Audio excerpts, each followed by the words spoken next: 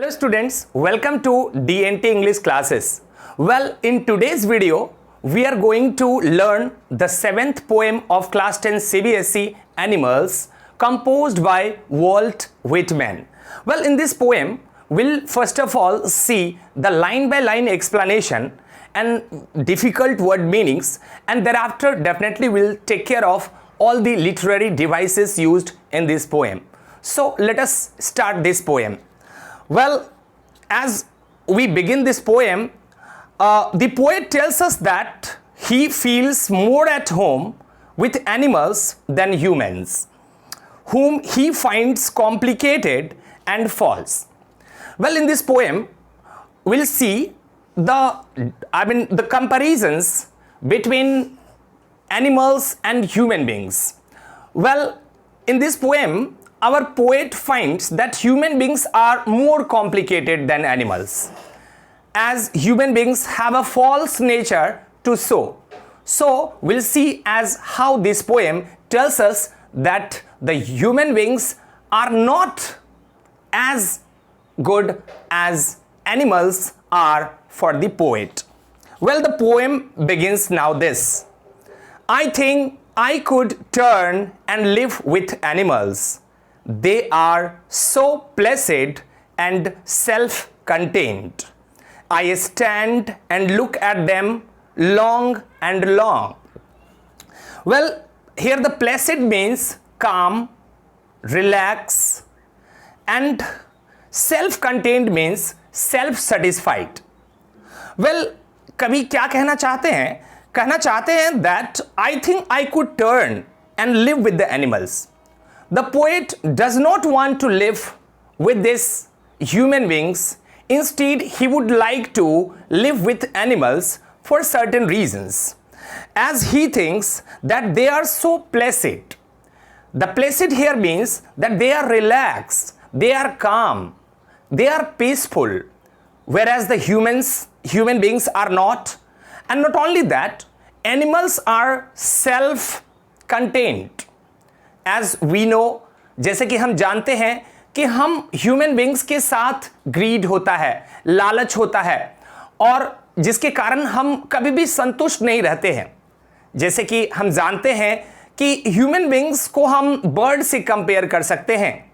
The more human beings gets and more it wants, and we still remains unsatisfied.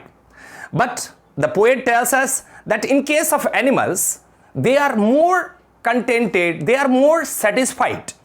उन लोगों के अंदर grid नहीं होता है, चाहत नहीं होता है, और जिसके कारण वो हमेशा रिलैक्स और एकदम काम और पीसफुल दिखाई देते हैं.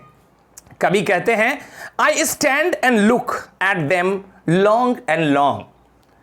And therefore कवि इन जानवरों को स्टेयर करते हैं, काफ़ी देर तक उसे निहारते हैं, उसे घूरते रहते हैं.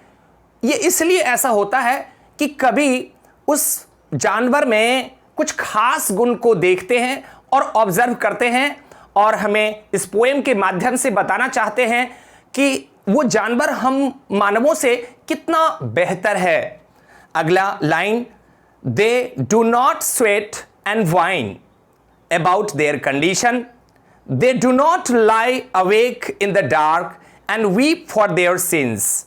They do not make me sick, discussing their duty to God.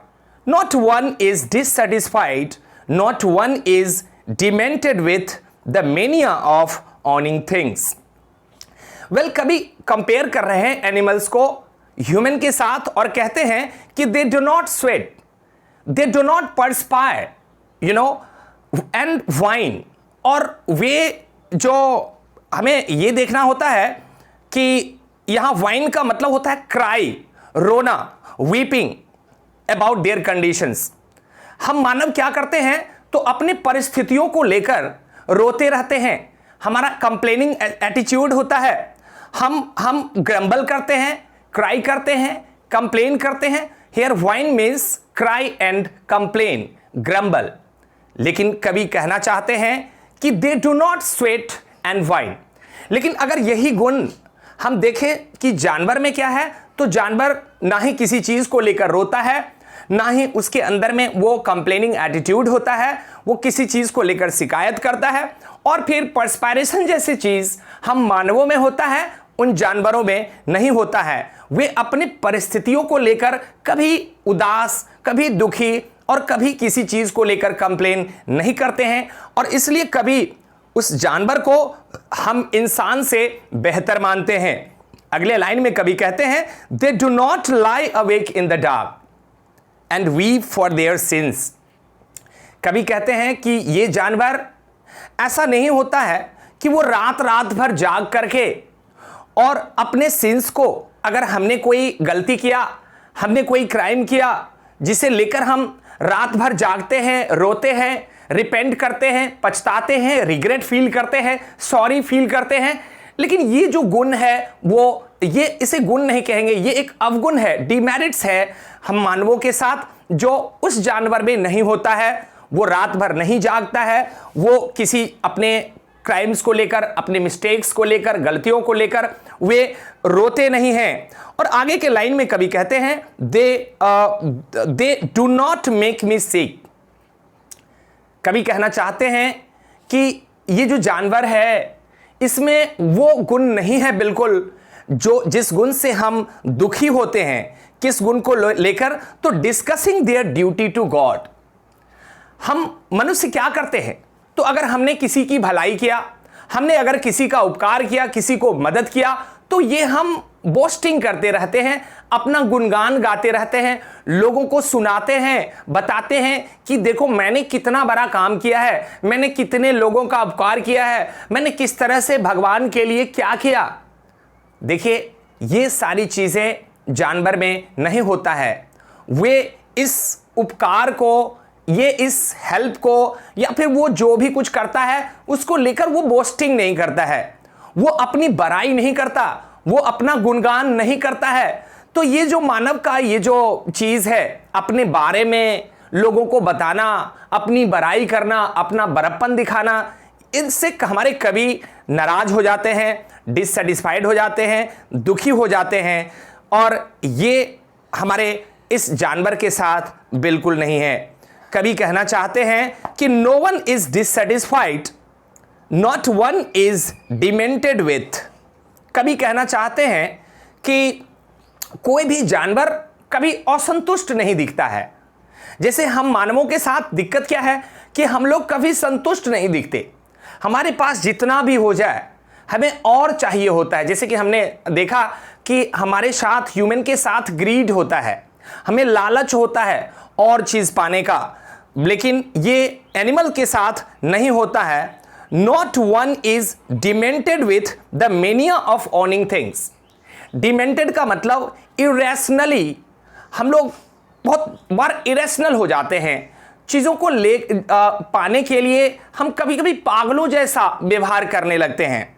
तो कभी कहना चाहते हैं कि ये जो एंगर है, ये जो एक्साइटमेंट है, ये जो पागलपन है, वो सिर्फ इंसान में है, और वो भी इसलिए है कि हम और बहुत कुछ पाना चाहते हैं। जैसे कि हम जानते हैं कि we are living in the world of materialism. ये भौतिकवादी युग है, हमें बहुत सारा चीज चाहिए होता है, हमें बहुत सारा मनी चाहिए, हम बहुत ज़्यादा अर्न करना चाहते हैं, और पैसे कमाने के चक्कर में हम बहुत सारे गलत काम भी करते हैं, और हमें इन गलत काम को करने के लिए कभी कभी एक्साइटमेंट, एंगर या फिर रॉन्ग डीड्स को भी परफॉर्म करना पड़ता है।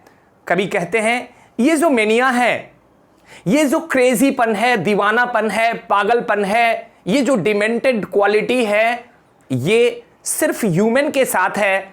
एनिमल में, एनिमल कभी किसी चीज को लेकर क्रेजी नहीं होता है, एनिमल्स किसी भी पोजेशंस को लेकर बहुत ज़्यादा एक्साइटेड नहीं होता है, उसके अंदर इन चीज़ों को पाने के लिए बहुत ज़्यादा पैशन नहीं होता है। तो कभी इस बात से काफ़ी खुश है कि ये जानवर हम मानव से बहुत ज़्यादा अच्छा है।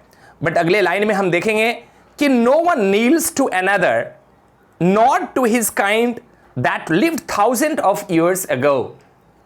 कभी कहते हैं कि ये जो जानवर है वो किसी के सामने में नील डाउन नहीं होते। यहां नील्स टू अनदर का मतलब हुआ कि हम मानव में ये एक क्वालिटीज है, ये हम सोशल हमारा ये जो ऑब्लिगेशंस है कि हम दूसरों को रिस्पेक्ट देने के लिए बो डाउन करते हैं, झुकते हैं, हम पैर पकड़ते हैं, हम लोगों को सम्मान देने के लिए उनको प्रणाम करते हैं। तो ये सारी चीज जो है वो जानवर के साथ नहीं है। और कह रहा है कि ना ही ये जानवर किसी के सामने झुकता है, नील डाउन होता है, और ना ही वो अपने पूर्वजों, यहां पूर्वज कहने का मतलब कि उनके जो 1000 ईयर्स पहले जो एनिमल्स थे वो उनको कोई रिगार्ड और रिस्पेक्ट नहीं एक्स्ट्रा देना चाहता है। जैसे कि हम लोग अपने पूर्वजों के सामने झुकते हैं, बड़ों के सामने झुकते हैं, ये एक तरह का सोशल ऑब्लिगेशंस है जो हम ह्यूमंस फॉलो करते हैं। तो हमारे नजर में बड़ा और छोटा होता है, but in case of animals everyone is equal. वो किसी जानवर को या किसी दूसरे को बहुत ज्यादा इंपॉर्टेंस नहीं देता है। तो ये जो इक्वालिटी का सेंस है इस जानवर में, कभी कहना चाहते हैं कि काश अगर ये गुण हम ह्यूमंस के अंदर, हम मानव के अंदर अगर ये गुण आ जाता तो कितना बढ़िया होता। तो शायद इन सब कारणों से भी कभी इन मानवों के सत्संग को छोड़कर इस ये जो मेटेरियलिस्टिक वर्ल्ड है, इस दुनिया को छोड़कर कभी उस जानवरों की दुनिया में उन जानवरों के साथ जाकर रहना ज्यादा पसंद करते हैं। और कभी कहना चाहते हैं अगले लाइन में कि नॉट वन इज रिस्पेक्टेबल और unhappy over the whole earth. अब हमने देखा क्या कि इन जानवरों के लिए सब बराबर है। जैसे कि हमने देखा कि ये किसी को ज्यादा रिस्पेक्ट, किसी को कम रिस्पेक्ट, किसी के सामने झुकना, ये सारी चीजें जानवर के साथ नहीं है। और जानवर ऐसा नहीं कि वो किसी चीज को लेकर अनहैप्पी हो जाए। तो उसको अगर हम देखेंगे कि round the year, round the clock, हमेशा ही जानवर पूरे दुनिया में एक जैसे होते हैं। लेकिन हम मनुष्य क्या है, इस दुनिया में किसी के साथ दुख है तो किसी के साथ सुख है। somebody is happy, at the same time we find that the somebody is unhappy. But in case of animals, if you move around the world, all the animals are equal, as all of them are satisfied and contented. अगला line में कभी कहना चाहते हैं so they show their relations to me and I accept them. कभी कहना चाहते हैं कि ये जो चीज है, ये जो जानवर जिस चीज को दिखाता है कि ये इक्वालिटी है, ये समानता का जो बात वो करते हैं कि सारे जानवरों को एक ही जैसा वो मानता है, तो किसी को ज्यादा रिस्पेक्ट कम रिस्पेक्ट देने की बात यहां नहीं है। और ये चीज कभी को काफी पसंद आता है, कभी इसको एक्सेप्ट करते हैं। अगले लाइन में कहते हैं they bring me tokens of myself they evince. कभी कहना चाहते हैं कि वे हमें एक टोकन्स देता है। वो टोकन्स क्या है, तो ये टोकन्स एक मेटाफोरिक मीनिंग लेकर आया है। यहां टोकन्स का मतलब हुआ निशानी, ये चिन्ह। और ये निशानी क्या चीज का है, तो अच्छाइयों का निशानी है। यहां टोकन्स का मतलब हुआ all the human virtues, all the good qualities of human.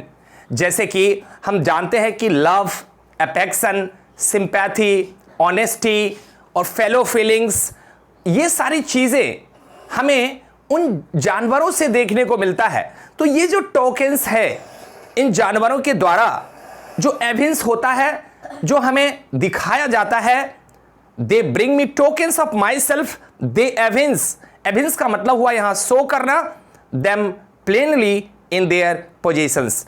तो ये सबके साथ, ये सारे जानवरों के साथ ये चीज होता है कि वो इन ह्यूमन क्वालिटीज को शो करता है। अब हमें क्या देखने को मिल रहा है कि जो चीज ह्यूमन के साथ, मनुष्य के साथ होना चाहिए, लव, अफेक्शन, सिंपैथी, काइंडनेस, ये सारी चीज हम मानव के पास नहीं है। ये सारा चीज उन जानवरों के पास है। कभी अगले इस कपलेट में, अगला 2 लाइन में कभी कहना चाहते हैं कि I wonder where they get those tokens. Did I pass that way, used times ago and negligently drop them? कभी को बड़ी आश्चर्य लग रहा है कि एक समय था हजारों वर्ष पहले, जब मनुष्य के अंदर, मानव के साथ ये सारी चीजें था। मानव कभी ऑनेस्ट हुआ करता था, मानव को मानव के लिए अफेक्शन होता था, लव होता था, सिंपैथी होता था, काइंडनेस होता था, हमारे अंदर कंपैशन होता था। बट क्या हम रियलाइज कर सकते हैं कि क्या हमारे पास वो सारी चीजें हैं? बिल्कुल नहीं है। हमने उन सारी चीजों को धीरे धीरे करके ग्रेजुअली वो सारा चीज पास आउट हो गया, हमारे पास से चला गया दूसरे के पास। तो कभी जानवर के पास वो चीज था, they retain with them today, आज वो चीज उनके पास है। लेकिन जो चीजें कभी हमारे पास हुआ करता था हजारों वर्ष पहले, आज हमने उन चीजों को खो दिया। We have lost everything, all the virtues, all the good qualities what we had. Now we are lacking these qualities. तो कभी कहना चाहते हैं कि आखिरकार ये चीजें कहां गया? तो लगता है ऐसे कि हम मानवों ने अपने ये जो गुण था उन जानवरों को दे दिया और हम मानव अवगुण को ले लिए हैं। वो सारी चीजें जो बिल्कुल ही गलत है, वो सारी चीजें हम अब पजेस करते हैं, हमारे पास आ गया है। और ये कुछ समय में तो नहीं हुआ होगा, इस चीज़ों को होने के लिए काफ़ी वक्त लगा होगा।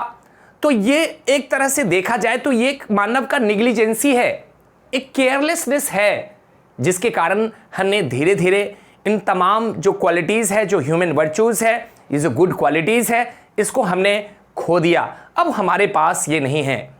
तो इस पोएम में हमने क्या देखा कि कभी ये कह रहे हैं कि जो भी चीज़, बढ़िया चीज़ जो ह्यूमन के साथ था, वो सारी चीज़ें ख़त्म हो गया है, वो सब चीज़ अब उस एनिमल के पास है।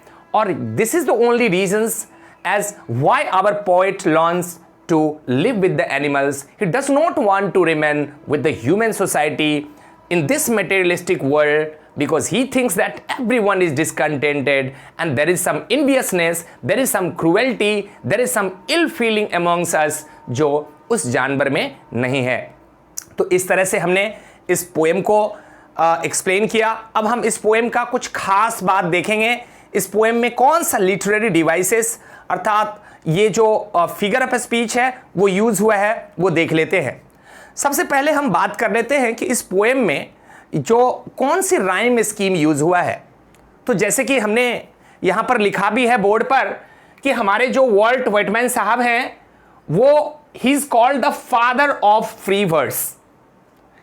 ये फ्री वर्ड्स के नो राइमिंग स्कीम वाली कविताओं लिखने के ये महारत हासिल किए हुए हैं and he is called so father of free words. तो स्पष्ट है कि इस कविता में कोई भी सीक्वेंशियल रिदम्स नहीं है, कोई भी ये जो राइम है वो नहीं है, ये फ्री वर्ड्स है, इसमें कोई राइम नहीं है। अब हम देखते हैं कि इसमें और दूसरा कौन से फिगर ऑफ स्पीच यूज हुआ है। तो सबसे पहले हम देखते हैं सेकेंड लाइन में कि यहां पर क्या यूज हो रहा है। तो सेकेंड लाइन में हमने देखा कि यहां लॉन्ग और लॉन्ग दो बार आया है। जब कोई वर्ड एक लाइन में रिपीट होता है तो उसे हम रेपिटेशन कहते हैं। तो लॉन्ग और लॉन्ग रेपिटेशन है, और इसमें हम एलिट्रेशन का भी यूज देख रहे हैं सेम लाइन में। इस लाइन में हम देखते हैं कि लुक में एल से शुरू हुआ है, लॉन्ग में भी एल है, और फिर से एक बार लॉन्ग है। तो ये तीन वर्ड मिला हमें इस लाइन में जो एल से शुरू है। तो हम जानते हैं कि एलिट्रेशन क्या होता है। एलिट्रेशन है occurrence of the same sound in the beginning of a word in the next word, और you can say in a line, और may be the words are closely related to each other. तो इस तरह से हमने इस line में alliteration का यूज देखा, इस लाइन में हमने रेपिटेशन देखा। अब हम आगे बढ़ते हैं। इसके थर्ड लाइन में हम देखते हैं कि एनाफोरा जैसा फिगर ऑफ स्पीच का यूज हुआ है। एनाफोरा क्या होता है कि जब कोई वर्ड और एक्सप्रेशन बार बार लाइन में, अगले लाइन में रिपीट हो, जैसे कि देख लीजिए they do not, they do not, they do not. ये they do not, they do not कई बार आया है। दे डू नॉट जैसे कि हमने देखा 3 टाइम्स आया है। तो इसे हम एनाफोरा कहते हैं क्योंकि ये एक्सप्रेशन बार बार रिपीट हो रहा है। और फिर से उसके नीचे में अगले लाइन में हम देखते हैं कि not one, not one, not one. ये not one not one not one 3 times आया, तो हमें डबल एग्जाम्पल मिला है एनाफोरा का।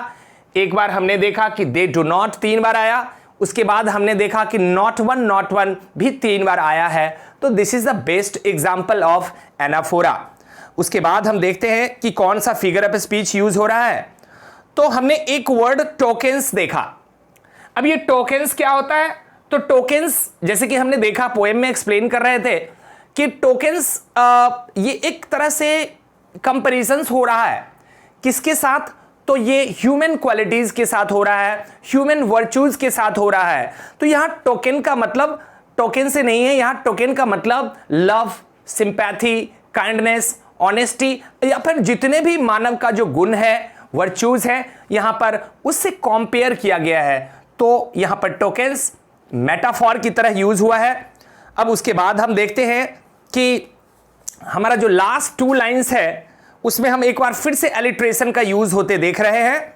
ये लाइन हम देखते हैं कि आई वंडर वेयर, तो वंडर भी W से शुरू हुआ और वेयर भी W से शुरू हुआ। तो यहां पर क्लोजली वर्ड हम देख रहे हैं जो बिगिन कर रहा है W साउंड से, तो ये एक बार फिर से एलिट्रेशन है।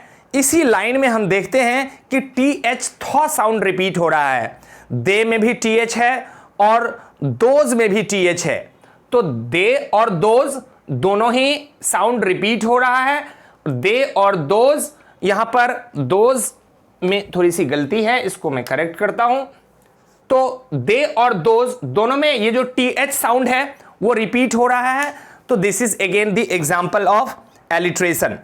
वेल, इसमें हमने क्या क्या देखा? तो हमने एनाफोरा का एग्जाम्पल देखा, हमने एलिट्रेशन देखा, हमने रेपिटेशन देखा, हमने मेटाफोर देखा, और जब हम इसकी राइमिंग स्कीम की बात करते हैं तो इसमें हमें राइमिंग स्कीम नहीं मिलता है क्योंकि ये फ्री राइम है। ये हमारे कवि ही हैं मिस्टर वॉल्ट विटमैन, जो इस फ्री वर्ड्स के फादर कहलाते हैं, जनक कहलाते हैं। तो इस तरह से हमने इस पोएम में इसके लिटरेरी डिवाइसेस को भी देखा। वेल, इस कविता में से हमें क्या मोरल और क्या मैसेज मिल रहा है? कवि कहना चाहते हैं कि समय के साथ मनुष्य ने अपनी तमाम अच्छाइयों को खो दिया है, और जब वो उस जानवर को देखते हैं कवि, तो उन्हें ऐसा लगता है कि शायद हमारे पास जो भी अच्छा चीज था अब वो तो जानवर के पास चला गया है। ये जानवर कितना संतुष्ट है, ये जानवर कितना खुश है, ये जानवर के अंदर कितना बड़ा सेंस है कि ये सबको एक समान मानता है, और ये जानवर कभी किसी चीज को लेकर पागल दीवाना नहीं होता है। हम मानव अपनी इच्छा को पूरा करने के लिए कुछ भी करने को हम इतने पैशनेट हो जाते हैं, इतने क्रेजी हो जाते हैं कि हमें यह भी नहीं पता होता है कि शायद हम गलती पे गलती कर रहे हैं, क्राइम कर रहे हैं, हमारे द्वारा लोगों को बहुत ज़्यादा बुरा प्रभाव पड़ रहा है। तो इन सब चीज़ों को हम केयरलेसली भूल गए हैं, छोड़ दिए हैं, और फिर हम एक गलत दिशा में जा रहे हैं। और ये सब कारण है कि कवि मानते हैं कि ये एनिमल्स इन ह्यूमन के कंपैरिजंस में बहुत ही बेहतर है। तो कवि की इच्छा है कि क्यों ना मैं इन मानवों का साथ छोड़कर मैं उस जानवर के साथ रहने चला जाऊं। वेल, ये पोएम बहुत सुंदर मैसेज लेकर आया है कि मानव उन गुणों को क्या कभी दोबारा फिर से पा सकता है? तो कवि कहना चाहते हैं कि यस, अगर हम में सीखने की एटीट्यूड हो तो हम किससे सीखें? तो क्यों ना हम उस जानवर से सीखें जो जानवर बोल भी नहीं सकता हमारे तरह, जिस जानवर के पास हमारे इतना सेंस भी नहीं है, लेकिन फिर भी वो हमसे कितना बेहतर है। कि हम लोग आने वाले समय को लेकर काफी चिंतित रहते हैं, दुखी रहते हैं, हम कल को लेकर जो बीत गया उसको लेकर दुखी रहते हैं, लेकिन ये एनिमल्स प्रेजेंट में जीता है। ना उसे कल क्या हुआ उसको चिंता है, और ना क्या कल होने वाला है उसको चिंता है, क्योंकि वो उन तमाम बुराइयों से दूर है। तो अगर आपके पास बुराई नहीं है तो आपको बहुत चिंता करने की भी जरूरत नहीं है। Well, thanks for watching my video. मुझे बहुत अच्छा लगा इस वीडियो के मैसेज को देखकर, इस वीडियो को एक्सप्लेन करके देखकर, और मैं चाहता हूं कि अगर आप और ज़्यादा से ज़्यादा वीडियो देखना चाहते हैं और ज़्यादा से ज़्यादा आप इस चैनल पे सीखना चाहते हैं तो आप मेरे चैनल को सब्सक्राइब करें, इस बेल बटन को दबाएं, ताकि आपको आगे की वीडियो की नोटिफिकेशन टाइम से मिल सके। Again thank you for watching this video. Bye for now.